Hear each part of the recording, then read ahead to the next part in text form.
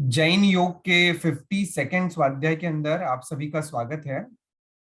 पिछले स्वाध्याय के अंदर हमने जैन योग के सेशन में जीव दुखी क्यों होते हैं, उसके क्या कारण होते हैं और उससे मुक्त कैसे हो सकते हैं उसके बारे में जाना था। साथ ही साथ तप का जीवन में महत्व इसके ऊपर भी जाना था। अब इसी श्रृंखला में हम आज आगे बढ़ेंगे।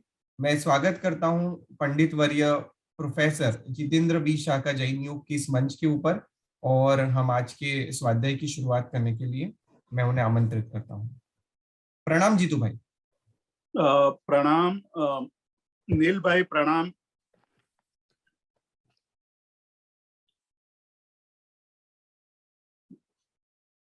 जैन योग के इस मंच से हम पूज्यपाद देवानंदी जी एवं महोपाध्याय यशोविजय जी विरचित समाधि शतक का स्वाध्याय पिछले कई महीनों से करते आ रहे हैं। जैसा पिछले सप्ताह हमने देखा था कि हमारे दुख का मूल कारण क्या है। मनुष्य मात्र ही नहीं, जीव मात्र का एक ही लक्ष्य होता है, और वो लक्ष्य है कि किस तरह से जीवन में सुख की प्राप्ति हो, दुख की निवृत्ति हो। पिछले सप्ताह हमने देखा था कि दुख का मूल कारण क्या है। यदि हम उसका निष्ठापूर्वक चिंतन करते हैं तो हमें पता चलता है कि हमारे दुख का मूल कारण कहाँ पड़ा है और उसको खोजने की आवश्यकता है। और जब हम उसको खोज लेते हैं तो हमारे लिए मार्ग सरल बन जाता है। 3 तत्वों पर हमने चर्चा की थी। विशेष करके शरीर की बात देखी थी, मन की बात देखी थी, आत्मा की चर्चा हम करने वाले हैं। ये 3 तत्वों के द्वारा ही हमारा जीवन आगे बढ़ता है या अधःपतन होता है।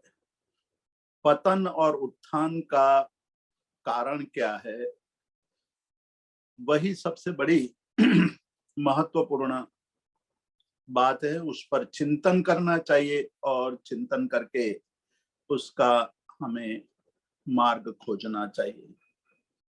पूज्यपाद देवानंदी जी ने समाधि शतक या समाधि तंत्र ग्रंथ में यह बात पहले से स्पष्ट कर दी है कि आत्मा की 3 अवस्था है। 3 अवस्था को जो जान लेता है उनको पता चलता है कि मैं कहाँ हूं और मुझे कहाँ जाना है। सबसे पहली अवस्था बहिरात्मा अवस्था बताई, दूसरी अवस्था अंतरात्मा अवस्था, तीसरी अवस्था है परमात्मा अवस्था। व्यवहार की दृष्टि से देखा जाए तो जो अवस्था बहिरात्मा अवस्था है वह बाल्यावस्था की स्थिति है। हम शरीर और इंद्रियों को ही जीवन मान करके अपना जीवन जीते हैं और यहीं से हमारे भ्रम की शुरुआत हो जाती है। भ्रम को पालते हैं, भ्रम की दशा में जीते हैं और भ्रम इतना अधिक पाल लिया है, इतनी लंबी अवधि से हमने अब भ्रम को पाला है। अब हमें भ्रम भ्रम नहीं रहा और जो वास्तविक दशा है वो वास्तविक दशा के रूप में अनुभव नहीं हो रहा है। ये सबसे बड़ी कठिनाई है, सबसे बड़ी दुविधा है। आत्म तत्व को जानने के लिए ये बहिरात्मा अवस्था जानना अत्यंत आवश्यक है। और यहाँ पिछली बार हमने देखा था कि यत्र काय मुनेः प्रेम ततः प्रचाव्य देहिनम् बुद्ध्या तदुत्तमे काये योजयेत प्रेम नश्यति। प्रेम का अर्थ है राग, राग का अर्थ है आसक्ति। हमारी आसक्ति कहाँ है, आसक्ति का केंद्र कौन है, वो हमें यहाँ दिखा रहे हैं पूज्यपाद देवानंदी जी। कहते हैं कि यत्र काये मुने प्रेम, मुनि को जब तन से यानी शरीर से प्रेम हो जाता है, मुनि का अर्थ यहाँ साधक करेंगे हम, साधक को यदि काया के प्रति प्रेम है तो वह ज्ञान प्राप्त नहीं कर सकता है। काया को ही आत्म तत्व मान करके जीवन जीना, उसी को खुश करने की कोशिश करना, और काया को जब खुश, काया को आनंदित होते हुए देख करके आनंद का अनुभव करना, ये सारी दशा वो बहिरात्म अवस्था की दशा है। इसलिए यहाँ कह रहे हैं कि जिस शरीर में प्रेम स्नेह है वो कैसे दूर किया जाए। बुद्धिया मतलब कहते हैं कि बुद्धि से ये दूर हो सकता है, मतलब जानकारी से, जानने से दूर हो सकता है। जानना मतलब सत्य को जानना, जानने का मतलब है यहाँ सत तत्व को जानने की कोशिश करना। तो सत तत्व को जानने की जो कोशिश है वो हमारे आज जो हमारे प्रेम का, राग का, आसक्ति का केंद्र है वो शरीर है या इंद्रियां हैं। इंद्रियों को खुश करने के लिए, शरीर को खुश करने के लिए जीवन जीते हैं, और उसी के दुख से हम दुखी हो जाते हैं। ये जो सबसे बड़ी भ्रमात्मक स्थिति है, इस भ्रमात्मक स्थिति को ही हम समझ नहीं पाए। इसलिए श्रीमद् राजचंद्र जी ने आत्मसिद्धि शास्त्र के प्रथम श्लोक में ही यह स्पष्ट कर दिया कि जे स्वरूप समझा विज्ञा पाम्यो दुख अनंत। जो अपने वास्तविक स्वरूप का बोध नहीं कर पाया है उसको अनंत दुख का अनुभव करना पड़ता है, अनंत दुख की अनुभूति होती है। और आगे चलते हुए कहा कि आत्म भ्रांति सम रोग नहीं। आत्म भ्रांति सबसे बड़ा रोग है। आत्म भ्रांति सबसे बड़ा हमारे अंदर जो रोग उत्पन्न हुआ है वो है, उसको दूर करना है, उसको दूर करने की कोशिश करना है। सबसे पहले तो हमें रोग रोग के रूप में दिखाई देना चाहिए। उपाध्याय यशो विजय जी, आचार्य हरिभद्र सूरी जी जैसे अनेक संत महात्माओं ने आत्म जागृति के लिए विविध उपायों का बोध दिया है, विविध उपायों की बात की है। और उसमें एक बात उपाध्याय यशो विजय जी कहते हैं कि व्यक्ति ये मानने लगता है कि मैं हृष्ट पुष्ट हो रहा हूं, मैं शरीर मेरा तंदुरुस्त हो रहा है, शरीर में जो एक प्रकार की दुर्बलता आ गई थी वो अब उनको लगने लगता है कि मेरा शरीर सुखमय हो रहा है। वो जाकर के वैद्य को बताता है और कहता है कि वैद्यराज देखो मेरी स्थिति अब पहले की अपेक्षा कितनी अच्छी होने लगी है। मैं पहले दुर्बल था, मैं पहले कृशकाय था, मेरा शरीर एकदम शिथिल लगता था, अब मैं कितना हृष्ट पुष्ट लग रहा हूँ। वैद्यराज नाड़ी परीक्षण करके कहते हैं कि भाई तुम्हारा रोग तो नाबूद नहीं हुआ है, रोग नष्ट नहीं हुआ है, लेकिन शरीर में स्थूलता बढ़ती जा रही है। वो तो एक रोग है जिस रोग को आपने पहचाना नहीं और उसको हृष्ट पुष्टता का, तंदुरुस्ती का निमित्त बना लिया है। वही बात हम हमारे आध्यात्मिक जीवन में भी अपना लेते हैं। हम ये मानने लगते हैं कि अब हम स्वाध्याय करने लगे हैं, तप करने लगे हैं, हम और चीजों का पालन करने लगे हैं, इसलिए धार्मिक हो गए हैं। ये बात तो सही है कि जगत दूसरी चीजों में आनंद ले रहा है, लेकिन हमने अपने जीवन में जो आनंद लेने की दशा है वो बदल दी है, दिशा बदल दी है। हम तप करने लगे हैं, हम स्वाध्याय करने लगे हैं, हम और धार्मिक अनुष्ठान करने लगे हैं। लेकिन ये सब करने के पश्चात हमारे कषाय मंद हुए हैं कि नहीं?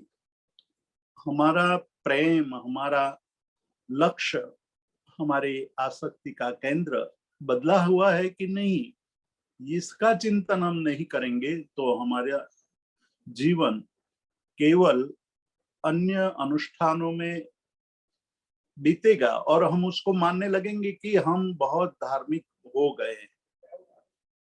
इसी बात को लेकर के बार बार ये कहा कि भाई जब तक हम अपने जीवन में साधना करके निरीक्षण नहीं करते हैं, हम उसका चिंतन नहीं करते हैं, तब तक हमारे जीवन में परिवर्तन की दिशा निश्चित निर्णित नहीं हो सकती है। हम भ्रम की दशा में जीते हैं। भ्रमात्मक स्थिति में जीने के कारण हमारे अंदर एक संतोष की भावना तो आ जाती है कि हमने बहुत सारा धर्म कर लिया, लेकिन निमित्त मिलते ही कषायों का उदय हो जाता है, निमित्त मिलते ही क्रोध प्रकट हो जाता है।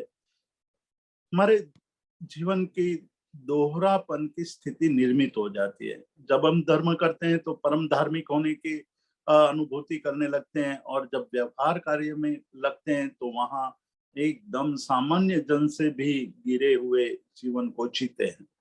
इसकी स्पष्टता हमारे ये पूज्यपाद देवानंद जी इस श्लोक में कर रहे हैं कि जो मुनि को यदि तन से प्रेम है तो वो संसार में भटकता रहेगा, लेकिन भेद विज्ञान जो बुद्धि के द्वारा, ज्ञान के द्वारा प्राप्त करके शरीर और आत्मा को, दोनों को भिन्न समझ करके, भिन्न मानने लगे, भिन्न की अनुभूति करने लगे। इसीलिए ये यहाँ पूज्यपाद देवानंद जी ने कहा कि बुद्धि से, जानकारी से, ज्ञान से, सम्यक ज्ञान से, यहाँ ज्ञान का मतलब सम्यक ज्ञान है, सम्यक ज्ञान से उत्तमे काये, उत्तम काया में, उत्तम काया मतलब शरीर, चैतन्य, चेतन तत्व, चेतन तत्व में यदि हमारा प्रेम यानी राग या आसक्ति बढ़ती है तो हमारे अंदर जो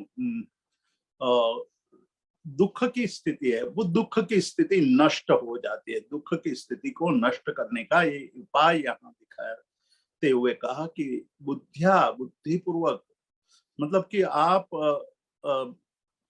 भेद विज्ञान का आधार लेकर के अपने आप को देह से भिन्न अनुभूति करने की कोशिश करो, तो ही हम जो हमारे अंदर दुख है, आत्म भ्रांति है, उसका हम निराकरण कर पाएंगे, उसको दूर कर पाएंगे। तो ये बात उन्होंने यहाँ हमारे सामने रखी है, जो श्रीमद राजचंद्र जी ने भी आत्म भ्रांति को रोग की उपमा दी है। कलिकाल सर्वज्ञ हेमचंद्राचार्य बहुत बड़े योगी, बहुत बड़े ज्ञानी, बहुत बड़े प्रभाव का आचार्य, जिसके ज्ञान को लेकर के उस जमाने में ये कहा जाता था कि वर्तमान में यदि कोई केवल ज्ञानी के समान ज्ञान के धारण करने वाले हैं तो वो हेमचंद्राचार्य, जिन्होंने अपने जीवन काल में 3.5 करोड़ श्लोकों की रचना की। हम जीवन में लाख श्लोक भी नहीं पढ़ पाते हैं, और कलिकाल सर्वज्ञ हेमचंद्राचार्य ने जीवन में 3.5 करोड़ श्लोकों की रचना कर ली। हमारे पर परम उपकार हुआ।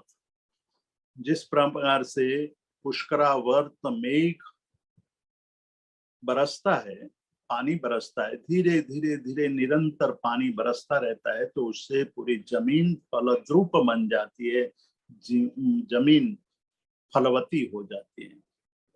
उसमें बोया हुआ बीज तुरंत ही फलवान बनता है और बहुत सारा धान्य उगता है। उसी तरह हमारे पर करुणा करते हुए कलिकाल सर्वज्ञ हेमचंद्राचार्य ने अनेक विषयों पर महत्वपूर्ण ग्रंथों की रचना की। योग शास्त्र जो परमाहत कुमारपाल महाराजा की विनंती से उन्होंने योग शास्त्र की रचना की। योग शास्त्र में उन्होंने यही बात कही कि आत्मा ज्ञान भवं दुखम, आत्मा की अज्ञानता के कारण जो दुख उत्पन्न होता है, मतलब आत्मा के ज्ञान के अभाव में आत्मा क्या है, आत्मा कैसी है, आत्मा का स्वरूप क्या है, उसके गुण कौन से हैं, ये सब जब हम नहीं जानते हैं तो हम उसके कारण जो दुख उत्पन्न होता है वो दुख अनादिकाल से हम भोग रहे हैं, किंतु हम उसको समझ नहीं पाए।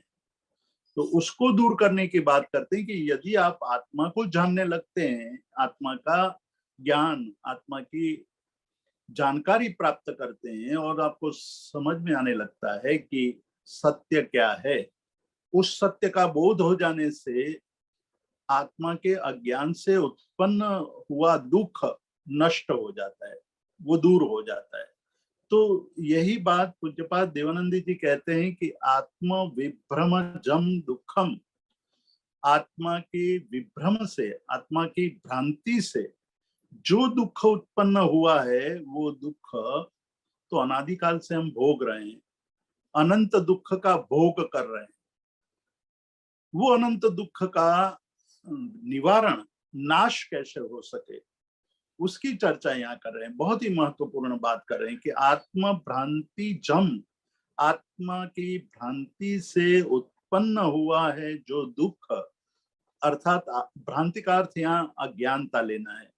आत्मा के विषय में ज्ञान नहीं होने से जो दुख, जो हमें पीड़ा उत्पन्न हुई है, उस पीड़ा का निवारण कैसे हो सकता है, किस तरह से हो सकता है, उसके लिए कहते हैं कि आत्मज्ञानात् प्रशाम्यति। वो दुख आत्मा के ज्ञान से ही, आत्मा की सही जानकारी से ही, सम्यक ज्ञान से ही, आत्मा के सम्यक ज्ञान से ही वह दुख नष्ट हो जाता है, शांत हो जाता है। उसको समझने की बात है। न अयतास्तत्र निर्वान्ति कृत्वापि परमं तपः, ये बात हमने पिछले सप्ताह शुरू की थी कि कृत्वापि परमं तपः, बहुत लंबे लंबे तप करने के पश्चात भी, बहुत लंबे तप करने का मतलब है कि बड़े बड़े तप, जैसे वर्षी तप, दीर्घ तप है, लंबा तप है, 14 महीने का तप है, तो ऐसे तप करने के पश्चात भी हमारे दुख का निवारण नहीं होता है।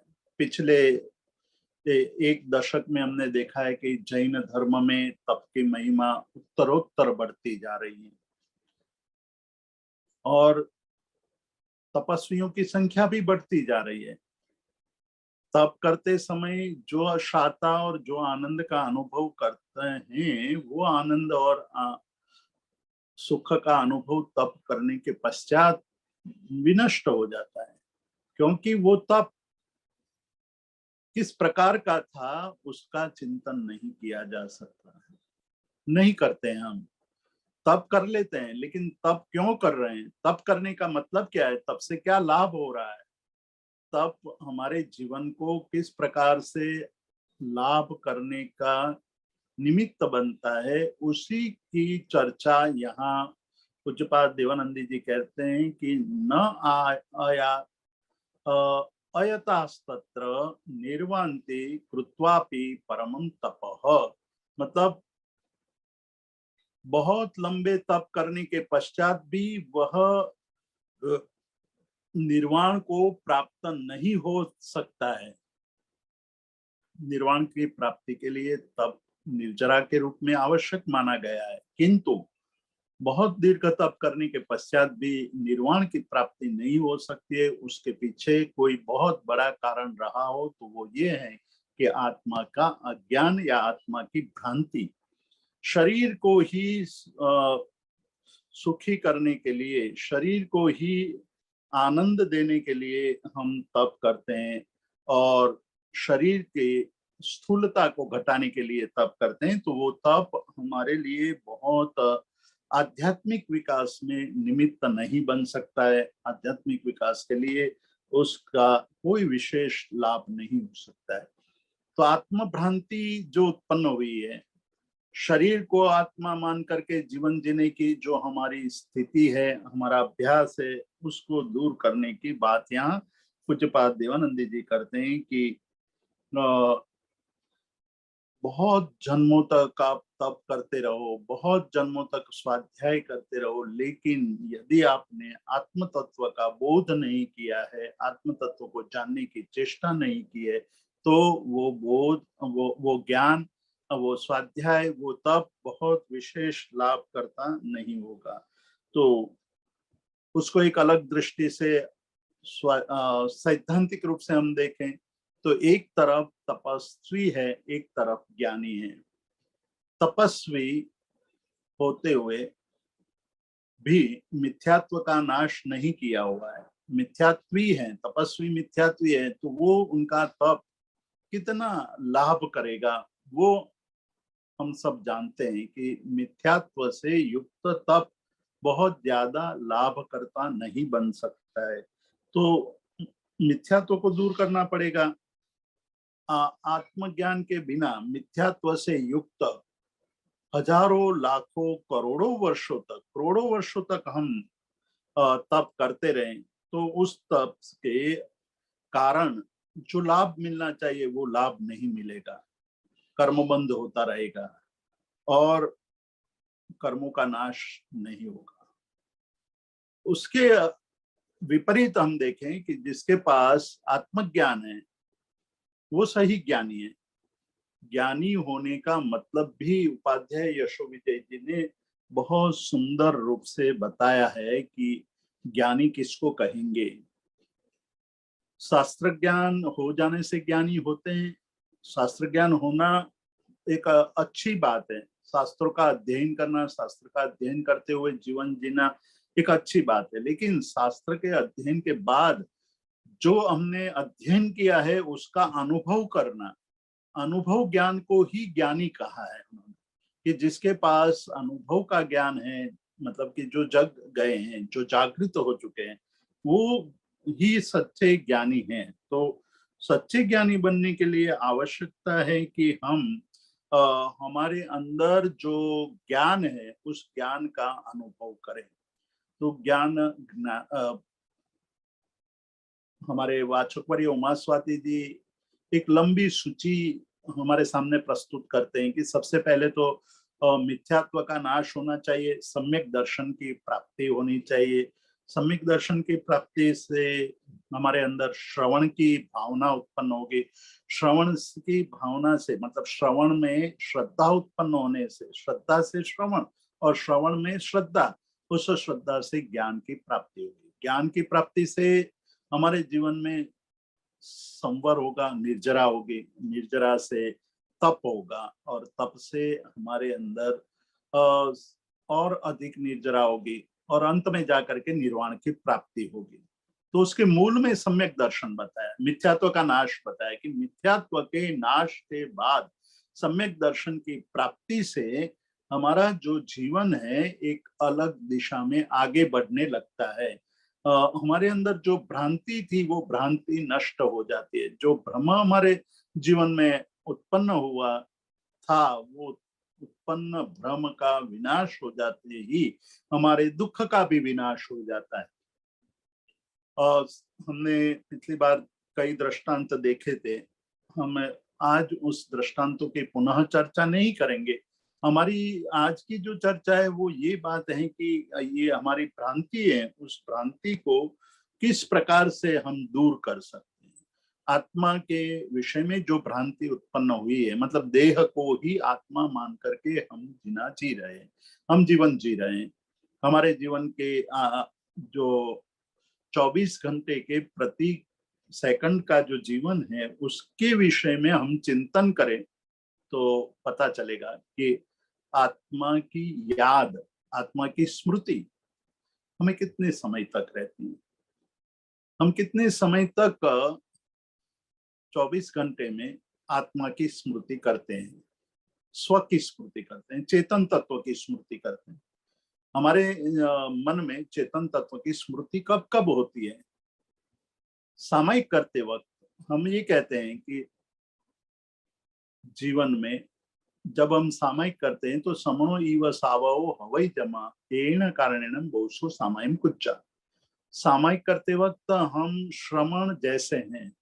श्रमण श्रम करता है। श्रम किस चीज का करता है? कि आत्मा की स्मृति में कायम बनी रहे, उसके लिए श्रम करते हैं। वो श्रम है कि जब हम अपनी जीवन में अपनी स्मृति, स्व की स्मृति, आत्म तत्व की स्मृति हम रख पाए तो सबसे बड़ी बात हो जाती है। वहीं से क्रांति शुरू हो जाती है। वर्तमान में हमारा जो जीवन है वो स्व की स्मृति की अपेक्षा पर की स्मृति में ही जीवन बीतता है। मतलब हम जब 24 घंटे के सेकंडों की बात करते हैं तो 86,400 सेकंड है। 86,400 सेकंड में आत्मा की स्मृति कितनी बार आती है? 1 बार, 2 बार, 10 बार, 20 बार। सामयिक की बात मैंने इसलिए की कि सामयिक तो आत्मा की स्मृति के लिए ही करना है, लेकिन उसमें भी हमारा चित्त परस्मृति में ही लीन रहता है। स्वस्मृति में तो जाता ही नहीं है। स्वस्मृति में जाने के लिए हमारे मन के अंदर जो एक अभ्यास डालना चाहिए, वो अभ्यास हम करते नहीं है। वैराग्य हमारे अंदर है नहीं और सामयिक करते जा रहे हैं। सामयिक करना अच्छा है, सामयिक करने से अन्य लाभ भी होते हैं। वो सब बात होते हुए भी हमारा जो मुख्य लक्ष्य है वो समय को, आत्मा को जानने का है। आत्मा को हम जाने, आत्मा की स्मृति करें तो 86,400 सेकंड में 24 घंटे की इतनी सेकंडों में हम आत्मा की स्मृति कितनी बार करते हैं। एक बार पुण्य श्रावक के जीवन की घटना को हम यहाँ देखेंगे तो पता चलेगा कि ये कितनी अद्भुत घटना है। पुण्य श्रावक जो पूर्वावस्था में बहुत बड़ा धनवान था, धन की कमी नहीं थी, किंतु उनको ये लगा कि मैं जिस प्रकार का जीवन जी रहा हूं उस जीवन में मैं कभी भी आत्मा तत्व को पा नहीं सकूंगा। मुझे आत्मा को पाना होगा तो इन सारे प्रपंचों से मुक्ति लेनी होगी। उनको पहले सब प्रपंच लगा, यही वैराग्य दशा है। उनको उसमें आनंद नहीं आता था। उनको ये लगता था कि मैं ये आरंभ समारंभ के कामों में फंसा हुआ हूं, उससे मुझे मुक्ति लेनी चाहिए, तभी मैं अपने जीवन में जो पाने योग्य है उसको पा सकूंगा, अन्यथा पाना मुश्किल है। ये वैसी ही बात है कि एक काजल की कोठड़ी में हमें पूर दिया जाए, हमें बंद कर दिया जाए और अंधेरा हो उस काजल की कोठड़ी में, और ये कहा जाए कि आपको दाग नहीं लगना चाहिए, दाग लगे ही नहीं है, इस तरह से जीवन जिए अंदर बैठे बैठे, वो संभव नहीं है। अंधेरा है, एक काजल की कोठड़ी है, उस कोठड़ी में हमको पूर दिया गया, बंद कर दिया गया है, तो हमारे कपड़े, हमारे अंग मलिन होने ही होने। उसी प्रकार हम पर वस्तुओं की एक काजल कोठड़ी में फंसे हुए हैं और हम कह रहे हैं कि हम तो मलिन है ही नहीं, हमें कोई दाग लग ही नहीं रहा है। हर समय दाग लग रहा है, हर समय बंद हो रहा है। शास्त्रों ने तो यहाँ तक कहा कि हर समय एक जीव 8 कर्मों में से 7 कर्मों का बंद कर रहा है, प्रतिक्षण कर्म का बंद कर रहा है, रात को सोते सोते भी कर्म का बंद कर रहा है, क्योंकि रात को सोते समय भी मन में पड़े हुए राग द्वेष वो अपने कार्य करते रहते हैं। इसके कारण उस समय भी देह की क्रिया नहीं हो रही है, लेकिन मन की क्रिया के कारण हमारे अंदर कर्मों का आगमन होता ही रहता है, आश्रव होता ही रहता है, उसको समझना चाहिए। तो हमारा केवल अभ्यास यही रहा है कि हम बाह्य की स्मृति में फंसे हुए हैं, बाह्य की स्मृति में फंसे होने के कारण भ्रांति हो गई है, और भ्रांति होने के कारण हम जो कार्य कर रहे हैं वो कार्य इतने फलवान नहीं बन रहे हैं। तो आत्मा की स्मृति नहीं है, परस्मृति है। परस्मृति को दूर करना है। पुण्य श्रावक की बात हम कर रहे थे, एक दिन वो सामायिक कर रहा है, सामायिक करते करते उनको ये पता चला कि मेरा मन आज स्थिर नहीं हो रहा है, स्थिर नहीं होता है। तो उन्होंने अपनी बहुत प्रयत्न किया कि मैं अपने मन को स्थिर कर लूं, आत्मस्थ हो जाऊं। और जिस प्रकार से मैं हर रोज सामायिक करता हूँ और मेरा मन चित्त शांत रहता है, वो सा आज शांति का अनुभव नहीं हो रहा है, परेशान है चित्त। अपनी पत्नी को बुलाया कि भाई कोई दोष का सेवन हो गया है, कोई गलती हो गई है, मुझे तो समझ में नहीं आ रहा है कि मैंने क्या गलती की है। पर तुझे कोई बात याद आती हो तो तू बता कि आज हमारे जीवन में कौन सी गलती हुई है। पत्नी भी बहुत याद करती है कि क्या हुआ होगा, क्या हुआ होगा, कौन सी बात घटी होगी। तब उनको ये पता चला कि जब मैं उपले, मतलब भोजन बनाने के लिए जो पुराने जमाने में हम उपले की उपयोग करते थे, तो उससे जलाते थे, बट सगड़ी जलाते थे और उस पर रोटी पकाते थे। तो वो जो उपले लेने गई थी, तो वहां उसके मन में ये बात आई कि ये उपला मेरा है या ये पड़ोसी का है। उसमें भ्रम उत्पन्न हो गया। फिर उनके मन में ये विचार आ गया कि एक उपले को लेने से कोई दोष नहीं है, एक मेरे में अधिक आ जाए या एक कम आ जाए तो उससे क्या फर्क पड़ता है। ऐसा मान करके उसने एक ले लिया, एक उपला ले लिया और उससे भोजन पकाया। भोजन पकाने में उसका उपयोग हुआ, जिसको गुजराती में उपले को वो गाय के छान से या पशु के छान से जो बनता है उसको उपले कहते हैं। उसको सुखा करके दीवार पर सुखाते हैं, वो लेकर के भट्टी में डाल करके, सगड़ी में डाल करके आग प्रगटा करके भोजन बनाते हैं। तो वो एक संशय रहा और उस संशय के कारण मैं ले आई थी, और उसके कारण आज आपका मन, शायद चित्त आपका शांत नहीं हो रहा होगा। तो एक एक छोटी सी क्रिया चित्त को कितनी परेशान करती है, चित्त को कितना वो चंचल बना देती है, वो बात यहाँ ये एक छोटे सी घटना में हमें देखने को मिलती है कि हमारे जीवन में भी हम जब दिन भर की क्रियाओं को देखेंगे तो पता चलेगा कि हम कितनी गलत क्रियाएं करते हैं, फिर भी हमें वो गलत लगती नहीं है। उसको यदि हम समझे, उसके बाद उसके अंदर हम चिंतन करें और अंदर गहराई में उतरे, तो पता चलेगा कि हमारे अंदर कितनी कितनी गलतियां पड़ी है। उसको दूर करने की बात यहाँ हमें बता रहे हैं। कह रहे हैं कि आत्म भ्रांति से जो दुख उत्पन्न हुआ है उसको दूर करना है, तो पहले आत्म भ्रांति को दूर कीजिए। आत्म भ्रांति को दूर करने का मतलब केवल यही है कि आत्मा के स्वरूप को जानने की कोशिश कीजिए।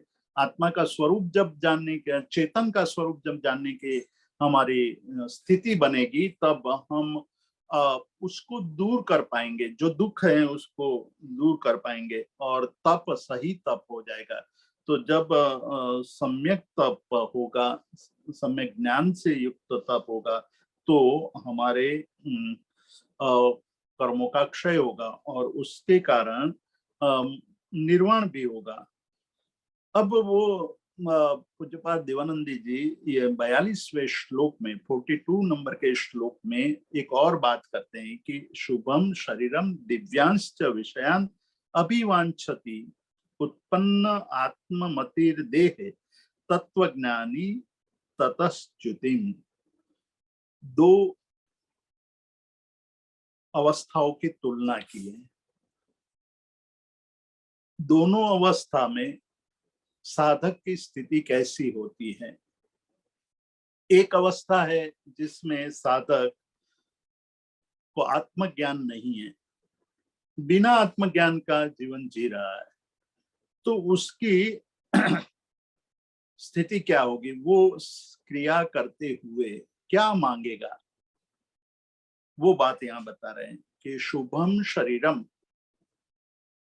जिसके पास आत्मज्ञान नहीं है वो दान देने के बाद, दान देने के फल के रूप में, तप के फल के रूप में, स्वाध्याय के फल के रूप में, पूजा के फल के रूप में क्या मांगेगा। तो कहते हैं कि दिव्यम शरीरम, वो यही मांगेगा कि मेरा तप करने से मेरा शरीर निरोगी हो जाए, मेरा शरीर तंदुरुस्त रहे, मैं लंबे समय तक जीता रहूं।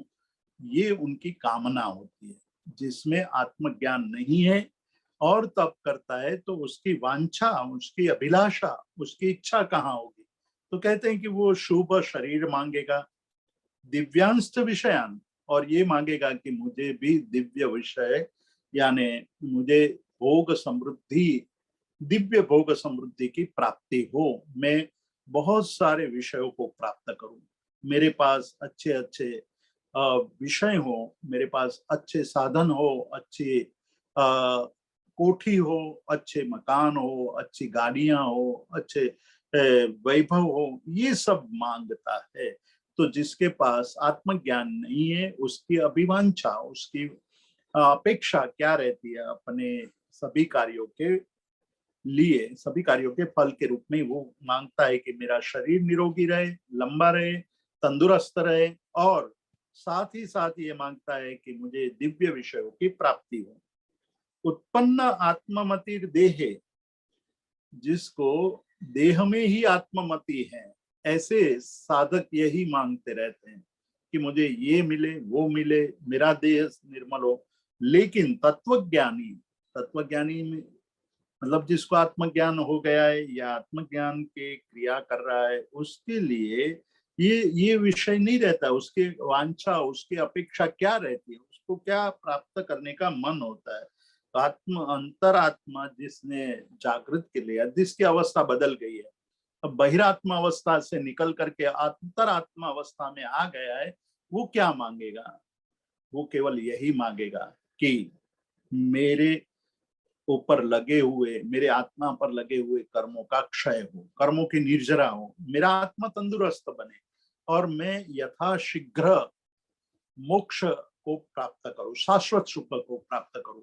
आज तक मैंने जो सुख प्राप्त किया है वो सुख तो क्षणिक है, नाशवंत है, और दुख को जन्म देने वाला है। तो इस प्रकार से उनकी स्थिति एक अति विचित्र स्थिति रहती है, जबकि आत्मज्ञानी के मन में ये भाव आ जाता है कि मेरी स्थिति तो एक आत्मा को तंदुरुस्त बनाने की है, मैं केवल यही मांगता हूं कि मेरी आत्मा कर्म के बंधनों से मुक्त हो जाए। सनत कुमार चक्रवर्ती के जीवन में हमने देखा है कि जब दो देव वैद्य के रूप में उनके पास आते हैं और कहते हैं कि आपके शरीर में तो भयंकर रोग हो चुके हैं, आपका आयुष्य बहुत लंबा है, बहुत लंबे आयु होने के कारण अभी आपको बहुत साल तक जीना है, तो आप कितने सालों तक रोगों को झेलते रहेंगे। मेरे पास औषध है, मैं आपके शरीर को सुवर्णमय क्रांति वाला बना सकता हूँ। हमारे पास ऐसा औषध है, ऐसी दवाई है कि आपके सारे रोगों को हम मिटा सकते हैं। शरीर में रोग हो, शरीर में पीड़ा हो, उस समय हमारे पास कोई आए और कहे कि आप चिंता छोड़ दो, मेरे पास ऐसी दवाई है कि आपके सारे रोग नष्ट हो जाएंगे, तो हम तुरंत उनको कहेंगे कि भाई किसकी देर कर रहे हो, चलो शुरू कर दो, जो दवाई है वो मुझे दो, मैं अपने रोगों को नष्ट करना चाहता हूँ। सनत कुमार चक्रवर्ती ने अलग ही बात कही। उन्होंने कहा कि भाई मुझे दो प्रकार के रोग लगे, एक आत्मा का रोग है, एक शरीर का रोग है। तुम्हारे पास आत्मा के रोगों को दूर करने की औषधि है तो मैं उसका उपयोग करना चाहता हूँ, आप उसमें विलंब न करें। आप मुझे तुरंत ये बताइए कि मैं किस तरह से अपने रोगों को नष्ट कर सकता हूँ। एक बहुत सुंदर घटना है, टॉल्स्टॉय के जीवन की है। अद्भुत घटना है, जीवन में हमेशा याद रखने जैसी बात है। टॉल्स्टॉय अपने घर में बैठे हुए थे, उस समय उनका एक मित्र आया, आकर के कहता है कि किसी ने आपके विषय में कुछ कहा है। हमको कोई ऐसा कहें कि किसी ने आपको आपके विषय में कुछ कहा है, तो उस समय हमारी जिज्ञासा और बढ़ जाती है, हम सतेज हो जाते हैं। हम उनको कहते हैं कि भाई कहो कहो, क्या कहा है, किसने कहा है, कब कहा है। इतने सचेत हो जाते हैं और लालायित भी हो जाते हैं, और सब काम छोड़ करके वो बात सुनने के लिए हमारे कान तलसते हैं। हमारे कान की जिज्ञासा तीव्र बन जाती है। टॉल्स्टॉय तो शांत रहे, उन्होंने कुछ भी नहीं कहा। शांत रहते हुए फिर कहा, तो उनको आश्चर्य हुआ उनके मित्र को कि भाई ये कैसा आदमी है, मैं उनके विषय में कुछ कहना चाहता हूँ और उनको जानने की जिज्ञासा भी नहीं हो रही है। मुख पर कोई भी उनकी रेखा बदलती नहीं है, हाव भाव में कोई भी परिवर्तन नहीं आया। फिर शांत चित्त से बैठे हैं। उनके आश्चर्य को देख करके टॉल्स्टॉय ने कहा कि भाई देखो, बहुत शांत चित्त से उन्होंने कहा कि भाई देखो, एक तो मुझे ये बताओ कि आपको जिसने भी कुछ कहा है वो मेरे कार्य को आगे ले जाने में उपयोगी है, वो मेरे जीवन को आगे ले जाने में उपयोगी है, तो आप बताइए मुझे, मैं जानना चाहता हूँ। दूसरे ने जो कहा है वो मुझे लाभ करता है, तो मुझे बताइए। तीसरी बात कहते हैं कि दूसरे ने जो कुछ भी कहा है वो मेरे लिए हित करता है, तो मुझे बताइए। और ये तीनों में से कोई भी बात नहीं है तो मुझे सुनने की इच्छा भी नहीं है। मैं नहीं चाहता हूं कि आप मुझे वो बात कहें। हम जीवन में जो भी सुनते हैं वो निरर्थक सुनते हैं। अपनी जीवन को आगे ले जाने वाली बात तो हम सुनते ही नहीं है, हमें उसमें रुचि नहीं है।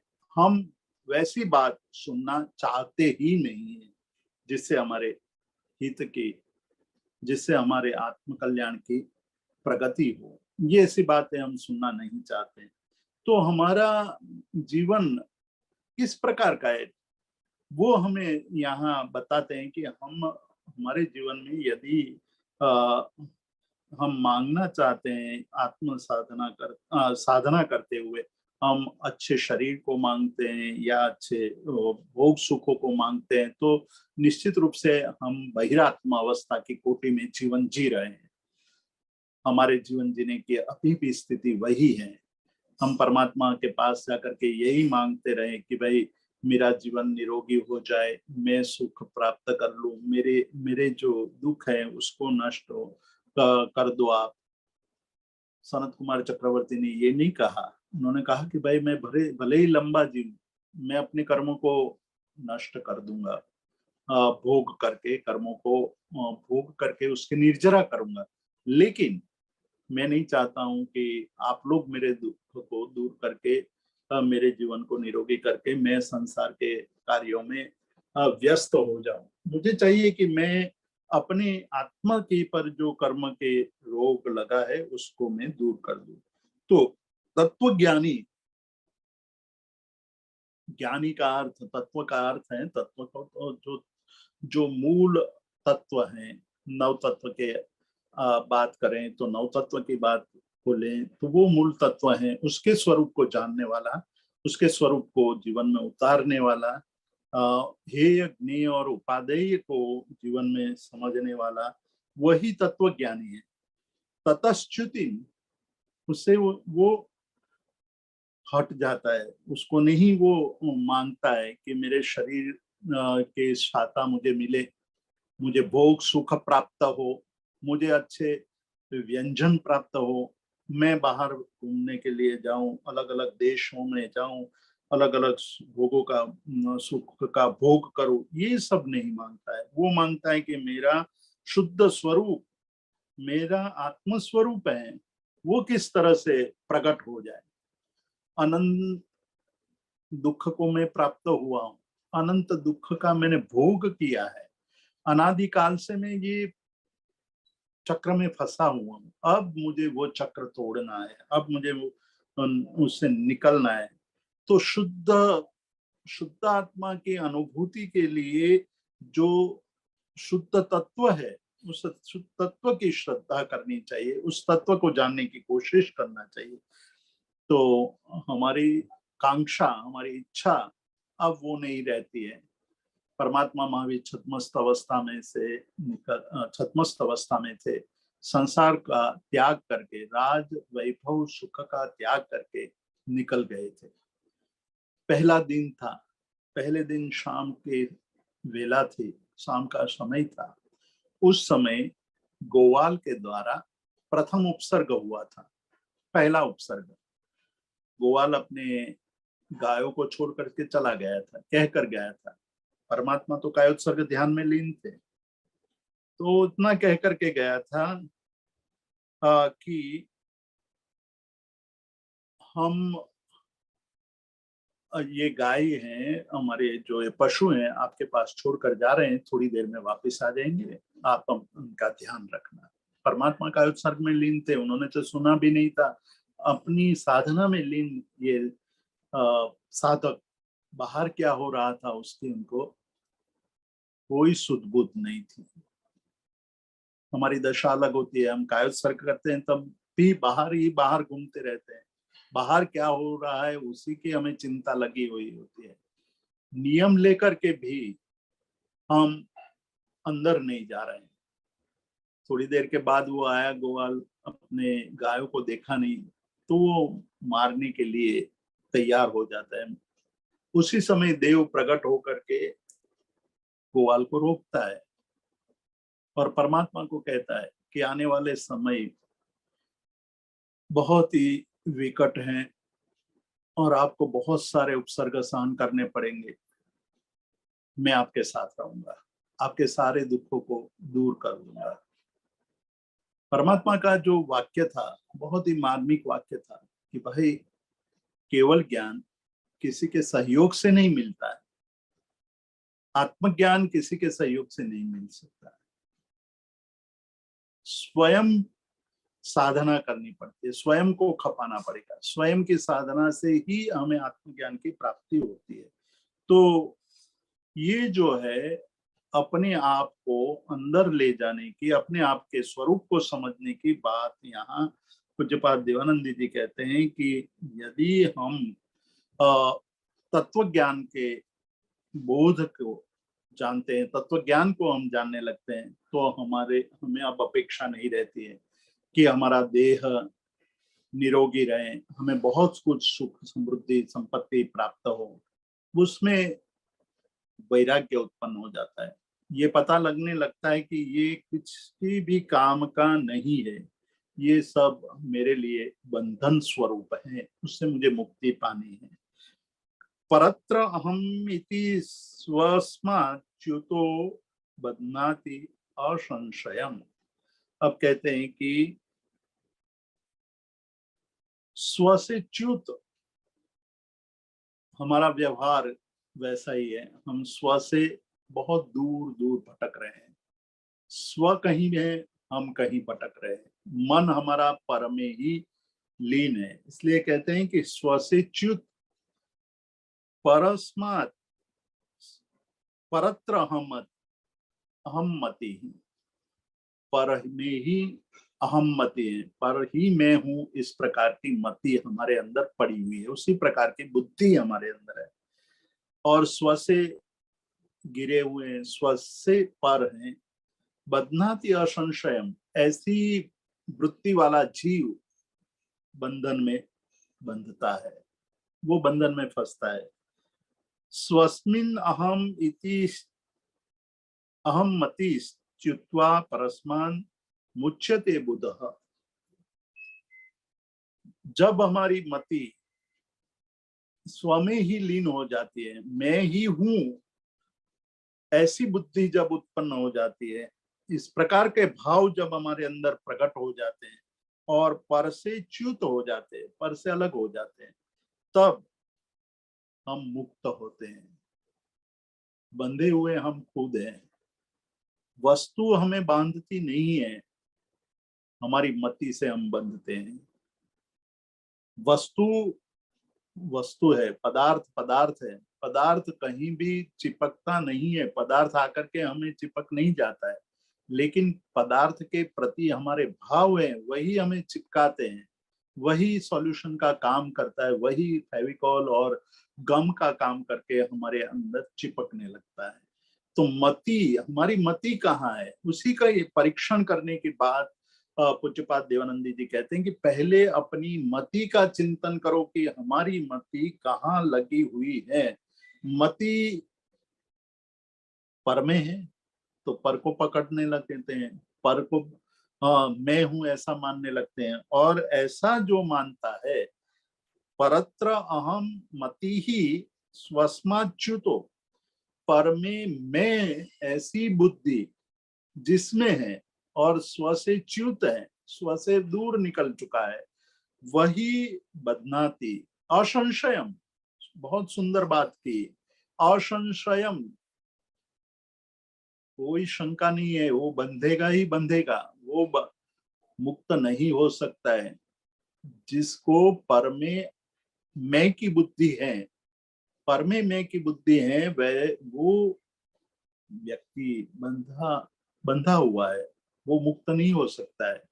दो बातें यहाँ हमें स्पष्ट कर रहे हैं कि एक तो पदार्थ हमें चिपकता नहीं है, मति हमारी हमें पदार्थ से चिपकाती है, और फिर हम ये भ्रम पालते हैं, पोसते हैं, भ्रम ये करते हैं कि पदार्थ हमें छोड़ता नहीं है, पदार्थ हमें चिपका हुआ है, संसार छूटता नहीं है, संसार ने हमें बांध दिया है। लेकिन ऐसी बात है ही नहीं। वास्तव में देखा जाए तो संसार को पकड़ करके हम बैठे हैं, हमारी मति है, हमारी मति के कारण हम संसार को पकड़ करके बैठे हैं, हम छोड़ना नहीं चाहते हैं, और आरोप कर लगाते हैं कि संसार छोड़ता नहीं है हमें। महापुरुषों ने अपने जीवन में यही क्रांति की, उनकी मति बदल गई, मति से उन्होंने सम्यक बोध प्राप्त कर लिया। सम्यक बोध होते ही ये ज्ञान हो गया कि हम जो कर रहे हैं वो सही नहीं है। ये हमारी मति की मंदता है, मति की दुर्बोधता है कि हम पर को स्व मान रहे हैं और स्व से भटक गए हैं। हमारा अंदर जो हमारा स्व तत्व है उसको हम जानते नहीं है और पर को स्व मान करके जीवन जीते हैं। तो वो बंधता है, वो कभी भी मुक्त नहीं हो सकेगा। और दूसरी अवस्था की बात कर रहे हैं कि स्वस्मिन अहम मति, अहम मति, अब स्वस्मिन अपने आप में जिसको अपनी मति हो जाती है, और परस्मात पर से निकल जाता है, पर को पर के रूप में देखने लगता है, स्व को स्व के रूप में, पर को छोड़ने जैसा दिखाई देने लगता है, छूट जाता है। अब वो छोड़ने की अवस्था प्रयत्न नहीं करना पड़ता है। बोध का यही लाभ है। जब बोध हो जाता है, जब हमें ये समझ में आ जाती है कि ये हमारे लिए नुकसान करता है, हमें पीड़ा देने वाला है, हमें दुख देने वाला है, तो हम उससे दूर रहते हैं, उसके पास जाते नहीं है। जब हमें ये पता चल जाता है कि बहुत सुंदर मूल्यवान पात्र में पड़ी हुई सामग्री विषैली है, हमें मार देने वाली है, उसका जहर इतना भयंकर है कि उनको छूते ही हम मर जाएंगे, तो हम उसको सजा धजा करके अपने घर में रखते नहीं है। जैसे ही पता चलता है उससे हम मुक्त होने की कोशिश करते हैं, छोड़ देते हैं, छूट जाती है चीज। उसी प्रकार यहाँ कहते हैं कि समझ आप में आ जाती है, जागृति आ जाती है। जागने से ही ये पता चल जाता है कि स्व ही श्रेष्ठ है, स्व को ही समझना चाहिए। स्वस्मिन, हमारी जो 86,400 सेकंड है उसमें हमें स्मृति करनी है, स्व की स्मृति, पर की स्मृति को हटा करके स्व की स्मृति में लीन होना है। स्व की स्मृति के लिए प्रयत्न करना है। परस्मान मुच्यते बुधः। तो जो पर की स्मृति को हटा करके स्व की स्मृति को साधना करके जागृत कर देता है, वो मुक्त हो जाता है, वो कभी बंधता नहीं है। और एक बार मुक्त हो जाने के बाद कभी वो पुनः बंधता नहीं है। इसीलिए केवल ज्ञान होने के बाद, संपूर्ण रूप से कर्मों का क्षय हो जाने के बाद कभी कर्म बंद होता नहीं है। स्फटिक पर से एक बार कचरा लेयर सब निकल जाते हैं और जो एकदम ट्रांसपेरेंट हो जाता है, वो फिर कभी उस पर पानी डालो, उस पर मिट्टी डालो, उस पर कुछ भी करो, उससे स्फटिक में कोई परिवर्तन नहीं आता है। उसी प्रकार आत्मा स्फटिक की तरह निर्मल हो जाने के बाद उस पर अन्य किसी भी पदार्थों का प्रभाव पड़ता नहीं है। यही बात पूज्यपाद देवानंद जी कह रहे हैं, समझा रहे हैं कि पर में से निकल करके स्व में स्थिर होने के लिए इतनी आवश्यकता है कि दोनों के स्वरूप को समझ करके पर से निकल करके स्व में स्थिर होने की कोशिश करना चाहिए। नील भाई। जी जी, thank you so much Jeetu भाई, इतने सुंदर स्वाध्याय करवाने के लिए। अब ये सेशन मैं ओपन रखना चाहूंगा, किसी को भी कोई प्रश्न है तो आप हैंड रेज कर सकते हैं।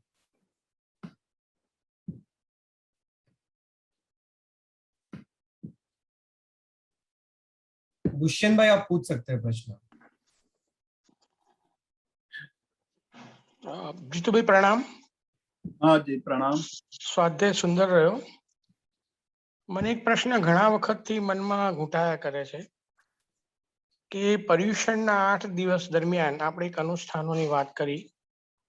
પર્યુષણના 8 દિવસ દરમિયાન 64 પોષાનો ઉદ્દેશ એ જ છે કે ઓછામાં ઓછું આવાગમન થાય અને એકેન્દ્રિયથી પંચેન્દ્રિય સુધીના જીવોની હિંસા બને એટલી ઓછી થાય।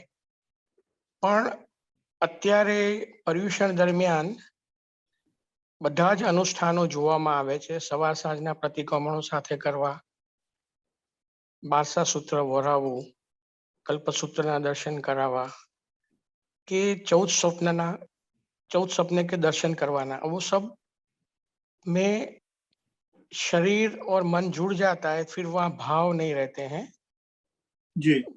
और दूसरा उसमें आवागमन भी बहुत बढ़ जाता है और बहुत सारी हिंसा होती है। जी तो क्या ये शास्त्रोक्त है कि पहले, क्योंकि ये ज्यादातर सोशलाइजिंग फिर हो जाता है कि अच्छे कपड़े पहन के जाना, वहां एक दूसरे को मिलना, और वहां भाव की कमी हो जाती है। तो ये सब शास्त्रों में पहले से था कि बाद में आया हुआ है? नहीं, ये जो हमारे अंदर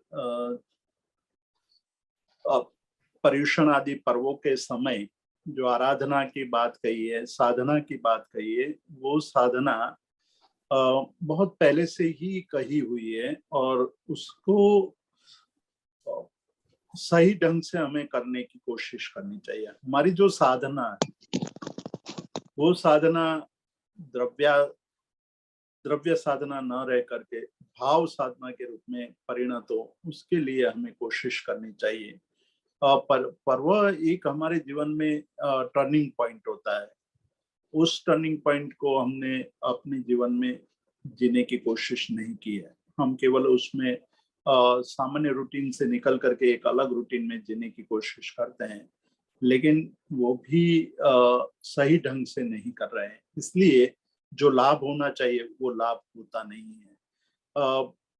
जो बात कही है पर्युषण पर्व की, आपने जो प्रश्न उठाया और जो वर्तमान समय में जो हो रहा है वो एक बात सही है, किंतु हमें उसको इस ढंग से लेना चाहिए कि एक बार हम इस प्रकार की आराधना शुरू करेंगे तो धीरे धीरे हम आगे बढ़ करके अपने जीवन को जो सही मार्ग है उस मार्ग में ले जाने की कोशिश कर सकते हैं। तो हम जिस धर्म और जिस साधना की बात कर रहे हैं वो वास्तविक रूप से देखा जाए तो जीवन में वास्तविकता का बोध कराने के लिए है। वास्तविकता का बोध जब होता है तो हम अपने जीवन में उसका परिणाम देखने लगते हैं। जी धन्यवाद जीतू भाई। जी दुष्यंत भाई, आपको कुछ कहना है? नहीं, अभी खास मुझे कुछ नहीं करना है, बाद में बात करूंगा जीतू भाई से। जी जी अभी तो मुझे कुछ नहीं। छाया बहन, आप प्रश्न पूछ सकते हैं। પ્રણામ જીતુભાઈ, મને બસ ખાલી એક ઉપકાર કરો, સમજાવો કે સામાયિક અને પૂજા આ બંને સાધનાનું પરીક્ષણ કેવી રીતે કરે? पूजा जब हम करते हैं तो पूजा में हमारा लक्ष्य परमात्मा जैसा बनने का होना चाहिए, कि हम परमात्मा की तरह परमात्मा तत्व को प्राप्त करें। पूज्यपाद देवानंद जी ने यही बात कही कि बहिरात्मा अवस्था में से निकल करके अंतरात्म स्थिति में अवस्थित होते हुए हमारा लक्ष्य परमात्मा स्थिति को प्राप्त करना होना चाहिए। परमात्मा दशा प्राप्त करने के लिए हमारे लिए प्रतीक रूप जो कोई है वो पूजा है। पूजा में हम परमात्मा को देखते हैं तो वो परमात्मा स्वरूप को पाने की कोशिश करने की भावना रखते हैं कि ये परमात्मा, मैं आपकी पूजा कर रही हूँ या कर रहा हूँ तो मेरा लक्ष्य आप जैसे बनने का है। मैं आप जैसा कैसे बन सकूं वो हमारा लक्ष्य होना चाहिए। तो परमात्मा दशा की प्राप्ति ही हमारा लक्ष्य है और उसका आदर्श है परमात्मा, कि जिस तरह से सम्यक दर्शन की प्राप्ति के पश्चात अनेक भवों तक साधना करते हुए अनेक उतार चढ़ाव आए, अनेक विघ्न भी आए, लेकिन अपने लक्ष्य को उन्होंने कायम रखा। लक्ष्य को कायम रखते हुए साधना करते हुए कर्मों का क्षय करते हुए परमात्मा दशा तक पहुंच गए। परमात्मा दशा के प्राप्ति के बाद विनियोग शुरू कर दिया, मतलब सभी जीवों को वो दशा प्राप्त हो वैसा भाव उन्होंने अपने जीवन के द्वारा हमारे जीवन तक पहुंचाया कि भाई सब कुछ मिल जाए, उसके बाद क्या करना है, तो विनियोग करना है। तो ये बात हमें याद रखनी चाहिए। प्रतिक्रमण की बात है दूसरी, तो प्रतिक्रमण पर स्थान में गए हुए हैं। यहाँ जो पूज्यपाद देवानंद जी बार बार कहते हैं कि भाई हम बहिरात्मा अवस्था से निकलना है, तो पूरे दिन तक हम बहिरात्मा अवस्था में ही रहते हैं। हम पर पदार्थ को याद करते हैं, पर पदार्थ की स्मृति है हमारे मन में, पर की स्मृति में ही जीते हैं। शरीर को ही आनंद हो वही हमारा लक्ष्य रहता है, शरीर को पीड़ा ना हो यही हमारा लक्ष्य होता है। एक एक क्षण को देखते जाइए आप, और एक एक क्षण को देख करके आप उस पर चिंतन कीजिए, तब पता चलेगा कि हमारा जीवन किस दिशा में बह रहा है। हमारा जीवन केवल और केवल पर में ही लीन है। स्व की बात याद नहीं आती, स्व की स्मृति नहीं होती है। हमारी स्मृति स्व में लाने के लिए प्रतिक्रमण है कि भाई पर में से निकल करके स्व में आने के लिए सारे सूत्र हैं, एक विधि बताई गई कि पर से निकल करके स्व में आना है तो क्या क्या करना चाहिए। सामायिक में बैठ जाओ तो बहुत सारी पर प्रवृत्ति का वही अटकने का कार्य होने लगता है, पर प्रवृत्ति वहां समाप्त हो जाती है। तब काया से तो पर प्रवृत्ति अटक गई, वचन से भी पर प्रवृत्ति जब सूत्र बोलने लगते हैं तो वचन से पर प्रवृत्ति अटक जाती है। अब रही बात मन की, जब हम सूत्र बोलते हैं तो अर्थ का अनुसंधान करने लगते हैं तो पर से मन की प्रवृत्ति भी अटकने लगती है। हमारी समस्या ये है कि हम सूत्र रट लेने के बाद और अर्थ जानते हुए भी, सूत्र रटे हुए अर्थ जानते हैं, मन विचित्र है, मन में पर की स्मृति है और वो तीव्र बन जाती है, तो मुंह से सूत्र बोले जाते हैं, मन से पर की स्मृति जागृत हो जाती है। हम एक छोटी सी आवाज को सुनकर भी तुरंत हम सोचने लगते कि किसकी आवाज होगी, क्यों हुई होगी, ऐसी आवाज आने का कारण क्या होगा। हम तुरंत इशारा करने लगते हैं, लोग नौकर को बुला करके कहते कि देखो भाई क्या हुआ क्या नहीं। उसका मतलब है पर में इतना लीन है, हम अपनी चित्त की दशा का कभी अवलोकन नहीं करते हैं, और अवलोकन नहीं करने के कारण ये स्थिति बनी रहती है। तो प्रतिक्रमण जब हम करते हैं तो जिस प्रकार से मैंने काया की बात कही, वचन की बात कही, उस 2 तक तो हम सफलता प्राप्त कर लेते हैं, लेकिन तीसरी जो सफलता सबसे बड़ी प्राप्त करनी है वो नहीं कर पा रहे हैं। मतलब कई बार प्रतिक्रमण किया, कई बार हमने स्तवन, चैत्य वंदन, वंदितु सूत्र और अनेक सूत्रों का पाठ किया, लेकिन उस समय चित्त में तो हमेशा अन्य अन्य बातें ही रहती है, उसको अर्थ के अनुसंधान के साथ। इसलिए मुपत्ति के 50 बोल का पहला बोल है तत्व अर्थ तत्व सूत्र तत्व अर्थ करी ने सदम। सूत्र का हम तत्व और अर्थ, उसको दोनों का साथ उसका सम्मेलन करके, उसको जोड़ करके, तो उसमें श्रद्धा करनी चाहिए और उसको समझने की कोशिश करनी चाहिए। तो मन धीरे धीरे शांत होता जाएगा, मन के बाहर घूमने की स्थिति है वो अटकेगी, वो स्व में आने की स्थिति तीव्र बनेगी। और इतनी सजगता पूर्वक प्रतिक्रमण करने से एक प्रकार की शांति, एक प्रकार का भाव, स्व में रहने का भाव और प्रतिक्रमण करने का जो भाव है वो और तीव्र बनेगा, आनंद आएगा, लाभकर्ता होगा। ये बातें हमें याद रखनी चाहिए। तो प्रतिक्रमण पूजा वो ऐसी क्रियाएं हैं जिससे हम स्व के अंदर प्रवेश करने के लिए उपयोग में ले सकते हैं। खूब आभार जीतू भाई। श्वेता जी आप प्रश्न पूछ सकते हैं।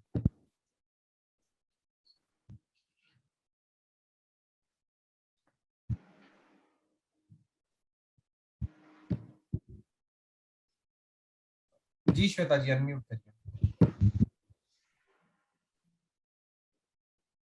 प्रणाम जीतू भाई। हाँ जी प्रणाम। हाँ जी सर, समाधि शतक के इस श्लोक का बहुत सुंदर आपने विवेचन किया। मुझे एक जिज्ञासा थी, जो रात्रि में हम शयन करते हैं उस समय भी हमारे पाप कर्म का बंधन होता है, तो हम ऐसा क्या कर सकते हैं कि उस समय पाप कर्म का बंधन न हो, क्योंकि ये हमारे हाथ में तो नहीं होता। बहुत ही अच्छी बात आपने पूछी है। हमारे ये सामान्य जो आज के स्वाध्याय में हमने बात कही थी उसको थोड़ा पुनरावर्तन करें कि मूल बात तो ये कि शास्त्र में ये बताया कि जीव प्रतिक्षण 7 कर्मों का बंध करता है। निर्जरा भी होती है, ऐसा नहीं है निर्जरा नहीं होती है, लेकिन बंध की प्रचुरता होने के कारण और निर्जरा की अल्पता होने के कारण हम ये कहते हैं कि बंध ही होता है, निर्जरा नहीं होती है। जिस प्रकार से बाल्टी में थोड़ा जल होने पर हम ये कहते हैं कि बाल्टी खाली है, पानी होते हुए भी कहते हैं कि बाल्टी खाली है। ये एक व्यवहार है। तो यहाँ भी इस व्यवहार का अनुसरण किया है कि अधिकतर हम कर्म का बंध ही करते हैं। कर्म का बंध 3 प्रकार से होता है, काय वांग मन कर्म योग। काया से, वाणी से, मन से। रात को जब हम सोते हैं तो वाणी और काया ये स्थिर हो जाती है, उसका व्यापार अटक जाता है। मन का व्यापार नहीं अटकता है, मन का व्यापार चालू ही है। और मन का व्यापार चालू होने के कारण कर्मों के बंध की स्थिति भी चालू रहती है। अब उसको अटकाने की बात है, तो उसको अटकाने के लिए ये जो हमारे वहाँ संथारापोर्सी की एक विधि बताई गई है, तो उसको भावपूर्वक करके सोते वक्त ये अवश्य करें, तो जिसके कारण हमारे चित्त के अंदर जो अन्य अन्य भाव पड़े हुए हैं और वो जागृत होकर के रात के स्वप्न के रूप में और कर्मबंध के रूप में वो सक्रिय हो जाते, वो अटक जाएगा, उसका समाधान होगा। इसलिए रात के सोते समय हम उस विधि को करें। विधि बहुत सामान्य है हम दिन भर के कार्यों के आलोचना करते हैं, रात को हम सोते समय ये संकल्प करते हैं कि अब हम कोई कार्य नहीं करेंगे। और तीसरी बात जो बहुत ही महत्वपूर्ण बात है वो ये है कि आहार, उपधि और काया, शरीर को भी, शरीर के लिए जो भी हम क्रिया करते हैं वो भी अब हम त्याग देते हैं। अब उसके प्रति भी हमारी आसक्ति नहीं रहेगी। इस प्रकार का हम संकल्प करते हैं, भाव भाते हैं। ऐसे भाव भाने से हमारा जो पर पदार्थ के प्रति बंधन है वो बंधन शिथिल हो जाता है, नष्ट नहीं होता है लेकिन शिथिल होता है। और हर रोज इस प्रकार की भावना पाने से उसमें शिथिलता और तीव्र बनती है। और उस तीव्रता के कारण हमारे मन के अंदर जो राग के संस्कार पड़े हुए हैं वो राग के संस्कार मंद पड़ जाते हैं, और मंद पड़ने के कारण रात को सोने के पश्चात कर्म बंध की स्थिति में मंदता आ जाएगी। तो एक ये विधि हमें बताई गई है कि रात को सोने से पहले आप संथरा पुरुषी में ये बात करें।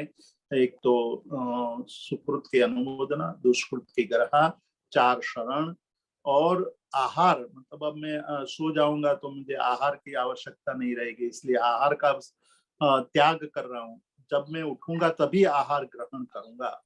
उपधि मतलब जितने भी मेरे साधन सामग्री हैं, पदार्थ हैं, उसको भी मैं छोड़ दे रहा हूँ। मुझे उस पे भी अब कोई आसक्ति नहीं है। मतलब मैं रात को सोने के पश्चात मुझे उसका उपयोग नहीं करना है तो मैं उसको भी त्याग देता हूँ, और शरीर का भी त्याग कर देता हूँ। केवल इतना ही जितना मुझे जीने के लिए, रात को जीने के लिए उपयोग में आए, उतनी चीजों को छोड़ करके। मतलब हमें बिस्तर पर सोना है तो बिस्तर की छूट रहेगी, ओढ़ने के लिए हमें जो चादर चाहिए या रजाई चाहिए उसकी छूट रहेगी, और एक आध दो चीज और कि भाई रात को उठ करके मुझे पानी पीना पड़े तो पानी पीने की छूट रहेगी। इतनी चीजों को छोड़ करके बाकी समाम के प्रति मेरी आसक्ति का त्याग करता हूँ। ये बहुत बड़ी बात है, दिखाई देने वाला छोटी सी बात दिखाई देती है, लेकिन हर रोज करने से बहुत बड़ा परिणाम प्राप्त होता है। तो तीव्र राग की दशा मंद हो जाती है, और मंद हो जाने के कारण जो बंद होगा, कर्म बंद होगा, वो अल्प होगा। कर्मबंध रुकेगा नहीं लेकिन अल्प हो जाएगा। अल्प कर्मबंध के कारण जब वो उदय में आएगा तो तुरंत उसका क्षय भी हो जाएगा। तो ये स्थिति है कि हम थोड़ा समझ करके हम जीवन में उसका अभ्यास करें तो बहुत बड़ा लाभ हो सकता है। मैं कई बार कहता हूँ कि कई लोग ऐसे होते हैं कि जीवन में मृत्यु के समय उनके स्थिति बहुत खराब हो जाती है, बहुत दुखी होते हैं, बहुत पीड़ा होती है, शरीर छूटता नहीं है, रोग पीड़ा देता है। उसका कारण जीवन भर की आसक्ति है। जीवन भर इतनी आसक्ति पदार्थों के प्रति, संबंधों के प्रति, हर एक चीज के प्रति आसक्ति को इतनी तीव्र रखी है, इसलिए जीवन के अंत समय में उससे मुक्त होना बहुत कठिन हो जाता है। और जो ये इस प्रकार का अभ्यास करके जीवन जीता है उसके लिए शरीर का त्याग भी सरल हो जाता है। मतलब बहुत आसानी से, बहुत ही सरलता से देह का त्याग हो जाता है, उसको पीड़ा भोगनी नहीं पड़ती है। तो ये अभ्यास बहुत ही महत्वपूर्ण अभ्यास है, उसका अभ्यास करने की हमें प्रैक्टिस डालनी चाहिए। सर ये इसमें एक और मेरा प्रश्न था कि जैसे स्वप्न में जो हम करते हैं और एक जागृत अवस्था में करते हैं, तो कर्म बंधन का भी इसमें अंतर पड़ता है क्या? तो जो जागृत अवस्था में किया जाता है और जो स्वप्न में किया जाता है, जैसे स्वप्न में किसी को मार ही दिया, कुछ भी कर दिया, तो क्या इसमें अंतर रहता है? दो बातों को इसमें समझना है, एक जागृत अवस्था और एक स्वप्न अवस्था। स्वप्न अवस्था जागृत अवस्था की प्रतिकृति है। जागृत अवस्था में जो चीज हम नहीं कर पाते हैं वो स्वप्न में करते हैं। जागृत अवस्था में हमने किसी को गाली देनी है लेकिन हम नहीं दे, अब शब्द नहीं बोल पाए तो हम स्वप्न में वो देते हैं। जागृत अवस्था में हम किसी को चाटा नहीं मार सकते, वो स्वप्न में मार देते हैं। बहुत सत्य स्वप्न बहुत कम आते हैं, मतलब इसके लिए शास्त्र में स्वप्न शास्त्र का बहुत बड़ा लंबा विधान मिलता है। कल्पसूत्र में भी स्वप्न शास्त्र की बात आती है।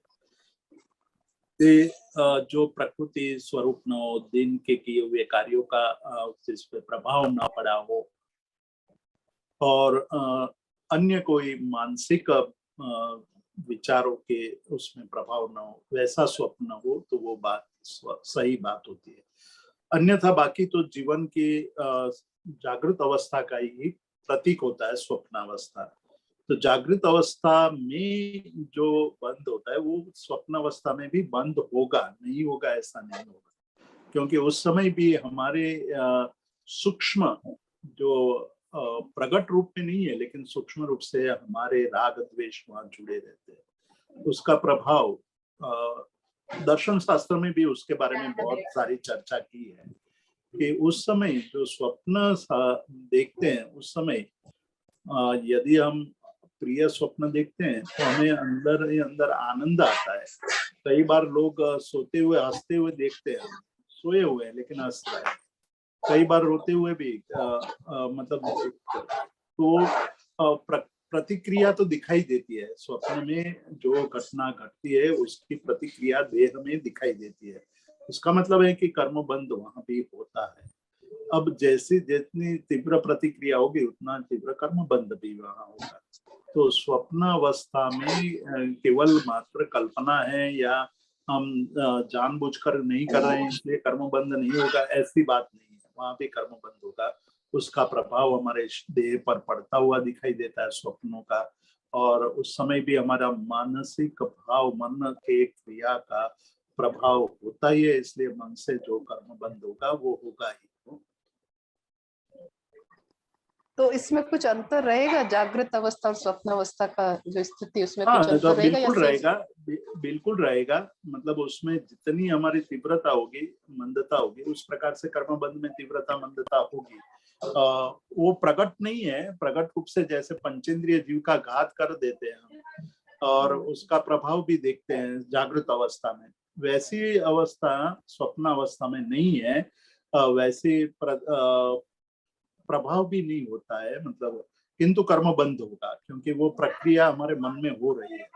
तो जिस प्रकार से काल सौरिक ने जेल में बैठे हुए 500 जीवों की हत्या की, वो तो कल्पना से ही की थी, वैसी कल्पना स्वप्नावस्था में भी मन कर ही रहा है। तो मन से कर्म बंद होगा लेकिन तीव्रता कम हो जाएगी। स्वप्न अवस्था में कम रहेगी, जागृत अवस्था में अधिक रहेगी। ये कहना मुश्किल है लेकिन हम ये कह सकते हैं कि कम रहेगी।